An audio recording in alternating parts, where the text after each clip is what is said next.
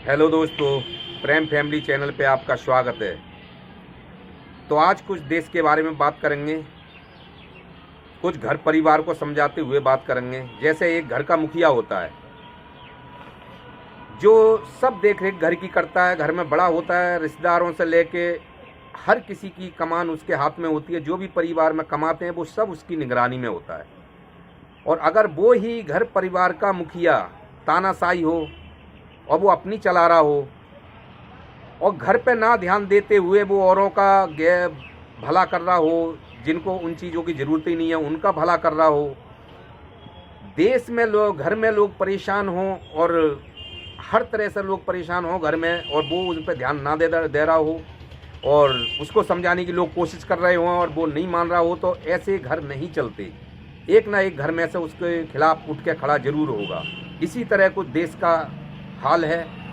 देश में एक मुखिया होता है जो सबके ऊपर, चाहे वो पीएम हो, चाहे मुखिया कह लो, चाहे देश का राजा कह लो। इसी तरह उसको जनता ने चुन के बैठा, एक सबसे बड़ा सीएम अलग चुना, पीएम अलग चुना, जिसके लिए उसको चुना उसकी हस्ती देख के और सीएम को चुना उसकी हस्ती देख के कि ये यहाँ पे सही है और वो वहाँ पे सही है। अगर वो ही देश का मुखिया, तो कहने का मतलब ये है, भाव ये है कि जो सीएम हैं, संसद हैं, विधायक हैं, जो सब नेता हैं, जो उसके काम करने वाले हाथ पैर हैं और ये उनका दिमाग है मुखिया का।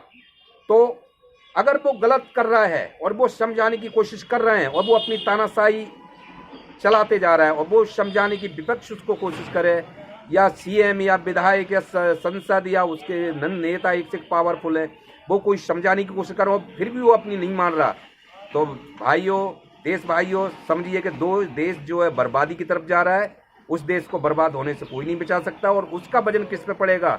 जनता पे पड़ेगा, प्रजा पे पड़ेगा। उसका भोग, मुआवजा, नुकसान जो है जनता को उठाना पड़ेगा, प्रजा को उठाना पड़ेगा।